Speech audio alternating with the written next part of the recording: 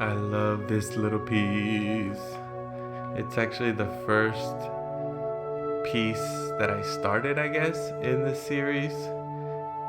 And the subject is my mother. And it really, I was thinking about what do I want to paint this year. This was pre-COVID, and my mother's birthday's in March. And so basically in February, I kind of decided I wanted to paint a portrait of her as an homage for her birthday. And so I set off on doing this piece. And something about spending this time with her, this is a photo of her when she was about 20. So she's fairly young in this photo. She didn't just immigrate, but she'd been in the United States for a couple of years. At this point, all her sisters were here, and there was an air of confidence in this photo of her. There was a way in which she really was seeing and feeling that there was more opportunity here in the United States, and she was just like so excited.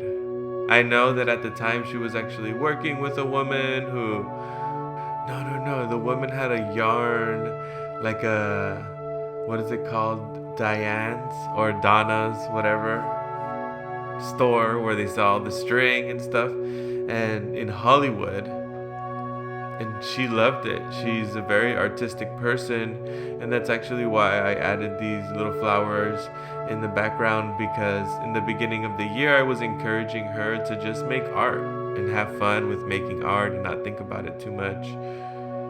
And the first thing she sent me was how she took her glasses cases and decorated it with these little daisy flowers around it. And she was so excited. She sent me a photo and she was like, "Isn't this so cute? Look what I just did." And it was so cute, and I really loved it. And so that's a part of what the background is here. I wanted to, uplift that, because another thing is, in conversations with her in the beginning of the year, she was talking about how, she's not a real artist because she doesn't use real materials. And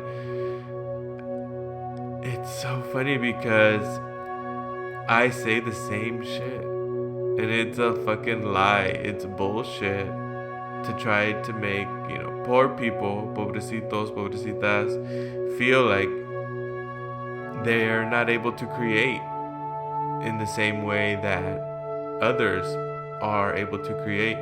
And so she's like, "All I have are these acrylic paints." And I was like, "No, use them and enjoy them." And so that's also why I ended up using acrylic as a really main material. It's not the only material, because you can see a lot of spray paint, but that's why acrylic ended up being an important material for me, is that I want my mom to see the art and to see that she too can participate if what she has is acrylics. I studied oil painting. I really like oil painting. It's beautiful.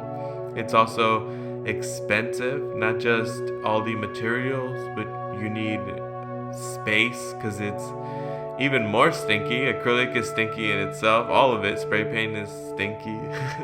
And oil is stinky. It smells in its own way. So you need a separate space for it. All that to say that, I really love my mother.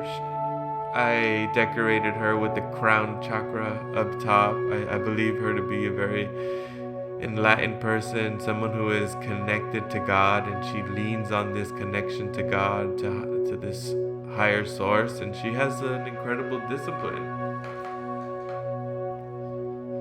And the text on here says Chicuatica, which means in Nahua, strong and resilient woman.